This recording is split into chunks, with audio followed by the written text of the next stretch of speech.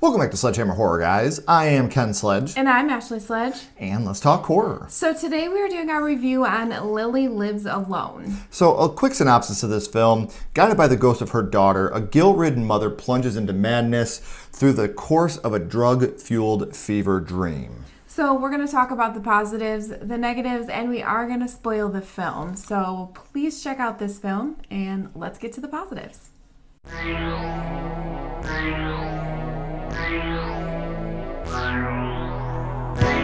Some of our positives, there's some really good jump scares. There is a couple of times that I was like, oh damn, kind of jumped a little bit. So there's not cheap jump scares, not a lot of them. No.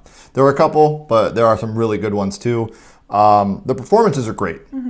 As a character study, this is a great movie for that. The characters, the acting is all very, very strong. So did definitely appreciate how hard the actors went to make their roles memorable. Well, speaking, Jeffrey Combs, he's just really funny. He's a hilarious guy. They sent me over to the house. I don't know why they sent me. I don't know that it was supposed to be funny, but it was. But I think it was more like he's fearing for his life. So those are our non-spoiler positives about Lilly Lives Alone. Now let's get into the negatives.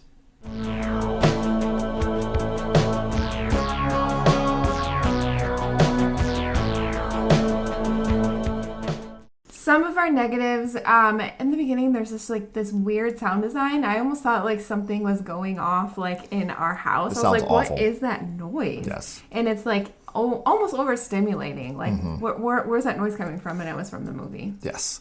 It's very slow moving.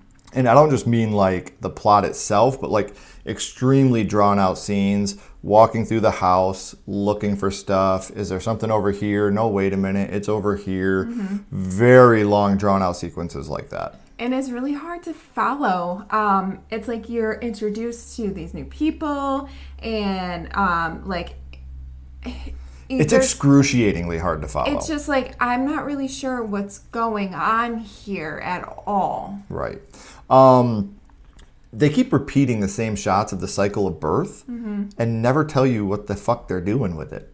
It's just like, hey, here's a cycle of birth. Hey, here's a cycle of birth. And it's like, what the fuck are we doing? Like, what is happening here? Yeah. And also, speaking of like the drawn out like shots, we also have like way too much dialogue with nothing happening. Just people talking about shit that really doesn't help or enhance the movie in any way. Like, it doesn't make me understand what I wasn't following to begin with. Like, it just makes me more confused. It's overly done with the exposition. Like, the exposition is extremely overdone. We don't need all this to find out nothing.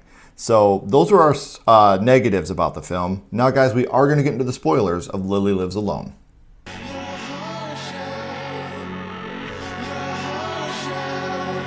So we start with a one-night stand. Our main character, Lily, she wants him to leave. His name is Jed. And she never wants to see him again. So she was just using him. She's just closed off. She was using him. She just wants the D. Yeah. She walks outside and she gets a note on her car that says 10 years. That's all it says. That's it. She's like kind of looking around like suspicious. Who did this? Yeah. Who knows?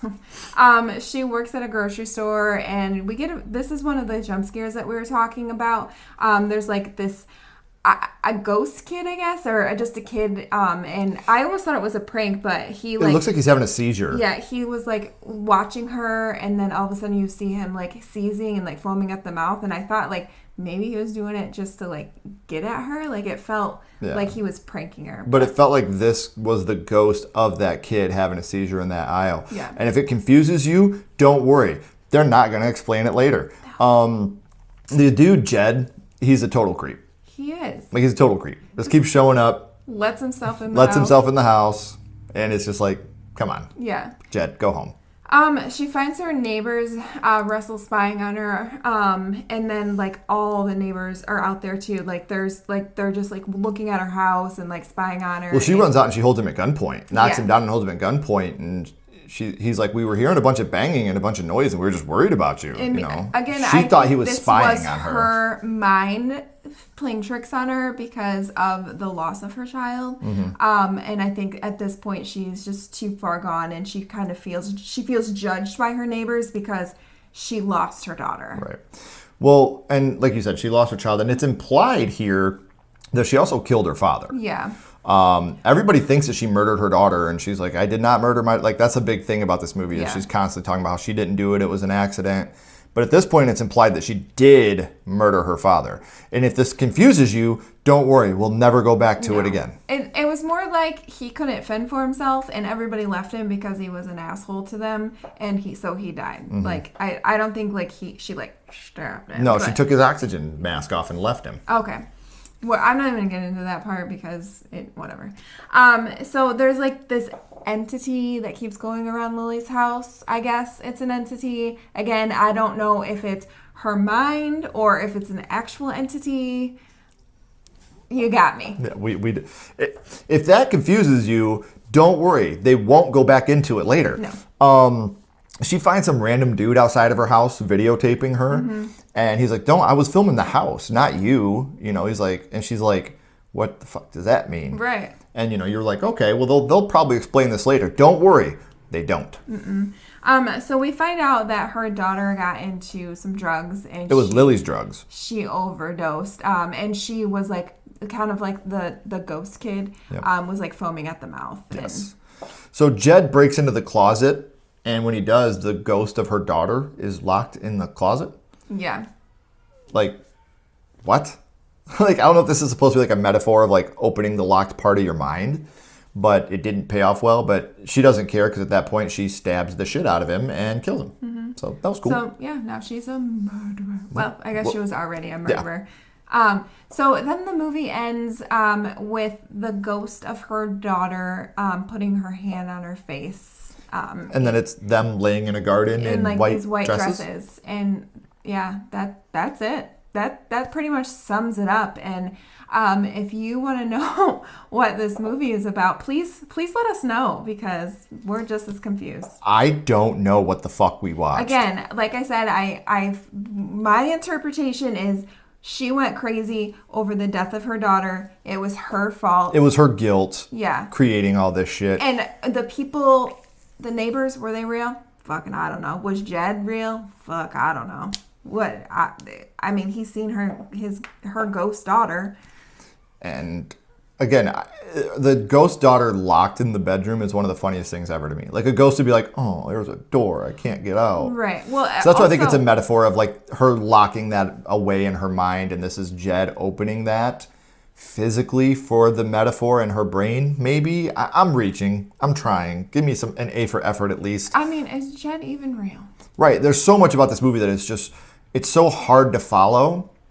And again, this is at no fault of the actors. This is at no fault of the cast in general. Maybe it's because we were so uninterested that it was harder for us to follow it. I just did not enjoy this movie at all. And it sucks because I love Jeffrey Combs and I love the performances of this movie, but I didn't enjoy it. And there wasn't even a good payoff to the film. Like, I was hoping like maybe we'll get to the third act.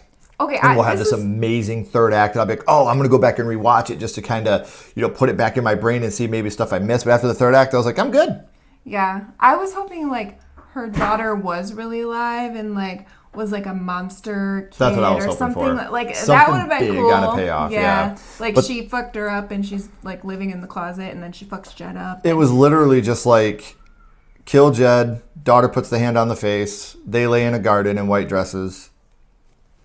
And you could also say, was Jed a part of her and that was her unaliving herself and now she's with her daughter in the afterlife? Was like, Jed there's so many, real? Like... Were the neighbors really even spying on her? Was it all just in her mind? Right. So, I mean, there's so many different directions this could go. And sometimes that's brilliant and sometimes it's lazy writing.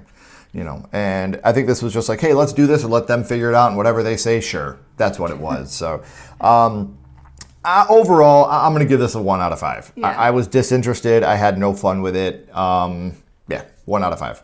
I'll give it a 1.5 out of 5. Slowly on just the actors themselves, like they held up the movie. Like they actually, Lily, the actress, she really did do a good job. Like with the feeling of dread and like just the loneliness and like stuff like that. I thought she did really great. So I'll give it a 1.5. Please don't take our word as gospel. Check it out yourself. Yeah, please check it out for yourself. I would hate for someone to miss out on a movie they love because we didn't like it. Yeah. And if there's a movie being made, if there's art being created in the horror community, I want people to love it. So please check out Lilly Lives Alone and let us know what you think of it. If you haven't already, please like, comment, and subscribe. It does help build the channel more than you know. And follow Sledgehammer Horror on social media. Those links are in the description as well. But until next time, keep talking horror. Stay who you are. And we'll see you guys soon. Bye, guys.